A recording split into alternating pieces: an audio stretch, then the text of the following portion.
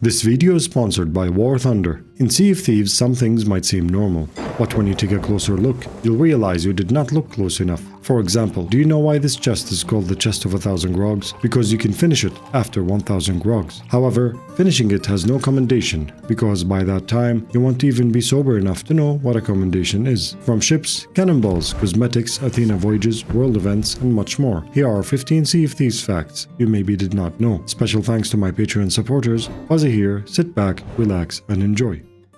Some of these are mentioned in older videos and shorts, but as time passes, recompiling scattered information into one and adding more to it is mandatory to keep you updated. Treasuries are an easy and fast way to get some loot, but the Sirens wave is not everyone's favorite, as you must keep turning around to find these slippery creatures. Sirens usually spawn behind you. So once in the treasury, go towards the entrance or the vault door with your trident under the top edge. This way, they will only spawn in front of you, and since there's no behind, you can also let go of the trident to heal without it floating to the top. You will be stopped by the edge, so it will very quickly allow you to finish these waves while shooting and healing. Shipwrecks, the unexpected allies in Sea of Thieves. Did you know that no damage occurs if you crash into them at full speed? You can still use them to fully stop the ship after raising sails, as sometimes the ship drifts a bit far 7 seasons ahead after you jump down with your storage crate to get that fish. Raise the sails, allow it to ram at full stop, and farm the shipwreck. Now, pirate legends are always after the Athena reputation, and one of the more preferred Athena voyages is the Legend of the Veil because it gives you a better reputation and is more immersive than the regular one. But what if I told you that doing the Veil isn't the best PvE way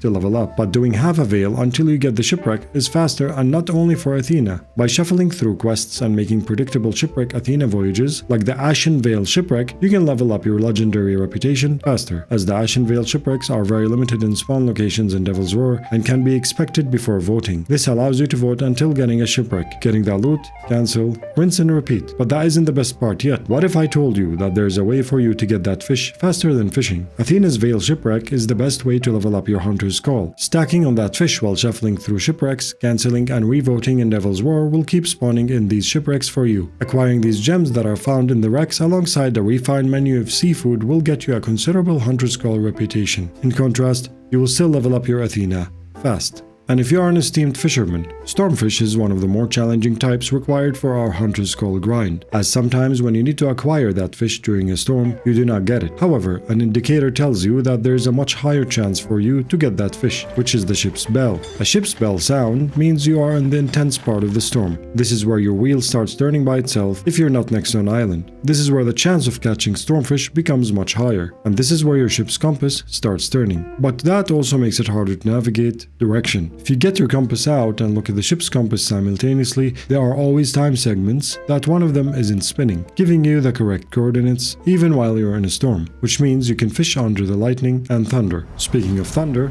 big shout out to War Thunder for sponsoring today's video. If you love epic vehicle combat, it's the most comprehensive vehicle combat game out there, and it's free to play on PC, PlayStation and Xbox. War Thunder lets you take control of over 2,500 vehicles, from biplanes and armored cars of the 1920s to today's fighter jets and main battle tanks. The level of detail is surprisingly high. Every vehicle is modeled right down to its engines, fuel tanks and weapons, all of which can be damaged with very realistic details. And when a vehicle gets destroyed, you can even see exactly what happened with the X-ray view, showing you where the shell hit and what got taken out. War Thunder isn't just one size fits all. 3 game modes suit any style. Arcade mode for quick action-packed battles, realistic mode for a balance of power and realism, and simulator mode for the ultimate challenge. War Thunder's got you covered no matter how you like to play. And remember the customization. You can deck out vehicles with lots of camouflage, historical markings and decorations, even ones created by the community. And you don't need fancy hardware to dive in. Just your mouse, keyboard or controller will do, even in simulator mode. If you're new to War Thunder or haven't played in a while, a massive bonus pack awaits you. It's packed with premium vehicles, exclusive Eagle of Valor decorator, 100,000 silver lions, and 7 days of premium time. Just click the link in the pinned comment or description to grab yours and start playing War Thunder for free. Don't miss out. Now, suppose you're sailing and you are near an island. Islands only respawn loot, items and rowboats when no one's around, but it has a short cooldown, just like on forts. If kegs respawn after you die or go to a far distance, it means no one is hiding there or no enemy pirates around. Same for PvE. If you are at an island, every time you either die, which virtually takes you to the center of the map where Ferry of the Damned is located, or you launch far with a cannon at least 2 mermaids away, then return, it triggers an island reset, which might spawn skeleton captains again, giving you more items and voyages. messages in a bottle, and sometimes rowboats. In that case, if you see a cannon rowboat while on an island or sailing, these cannon rowboats are possibly the most important thing you want to look for, even if you don't need the rowboat or already have one, as cannon rowboats always have the highest tier supplies in Sea of Thieves. Cursed cannonballs are always guaranteed, a lot of cannonballs, and usually chain shots and pineapples. So park there and get your storage crate out. If it didn't have these items, that means someone was there before you. And while we are on cannons and ammunition, different projectiles have different weights. To help you understand your cannon aim much better, you can test it with any fixed cannon. I prefer the Arena Tavern. Keep the cannon at a fixed angle at all times. First, fire a regular cannonball and look at the marker.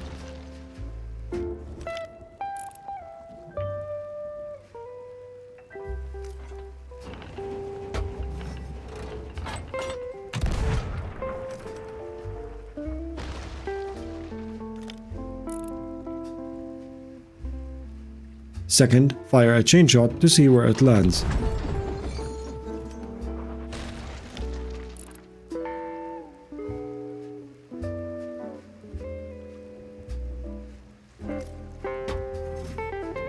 And third, fire yourself and see where that ends. This will give you a clear indicator of vertical cannon alignment when firing at another ship by looking at the markers and the points of impact. You can test it with any ammunition to get a good feel of your cannon angle. As for horizontal alignment, that is related to two factors: your ship's speed and the wheel alignment. If your ship is at 0 speed while turning, cannonballs fire out in a straight line and land where your cannon was at the time. But as soon as you drop sails, the curvature starts taking effect. Depending on these two factors, you will master cannon's aim. My video, Curved Cannonballs and How to Aim, is a great start to get these one ball on other ships and increase your chances of winning your battles. Now, while we're at battles, something simple but perhaps not noticed by many is that the spiked red border is a damage indicator and direction, depending on how big the spike is and where it's located on your screen. It indicates how much damage you're getting and a general direction of where the damage is coming from. In this demonstration, with me surrounded by multiple phantoms, you can see each hit, where it's coming from, and its strength.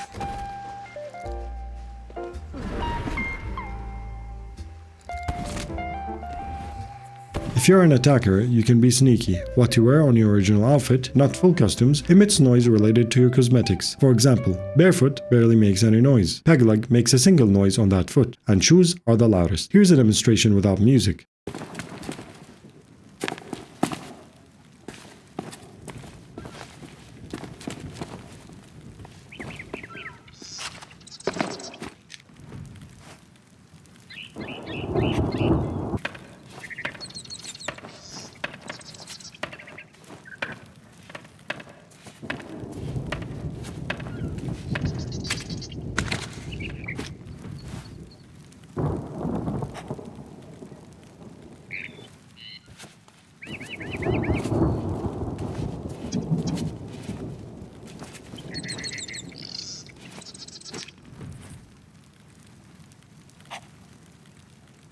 So cosmetics can sometimes help you sneak and steal to borrow some treasure from other pirates' skull forts nicely. Have you completed Fort of the Damned yet? What if the sneaky pirate is trying to steal from you? In Fort of the Damned, it's 7 skeletons per wave per solo player, which means if you believe you are alone and you see more than 7 skeletons spawn, it means someone else is near.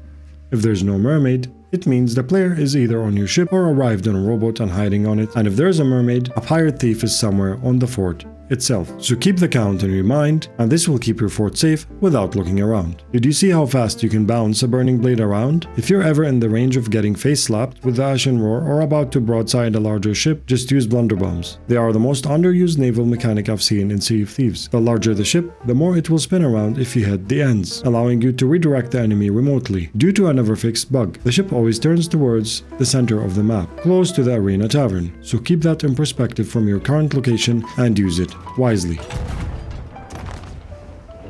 Thanks again to War Thunder for sponsoring today's video. Don't forget you can play for free on PC, PlayStation or Xbox using the link in the pinned comment or description. If you're new or returning after 6 months, grab that massive bonus pack with premium vehicles and more, only available for a limited time. Phuzzy here, happy sailing.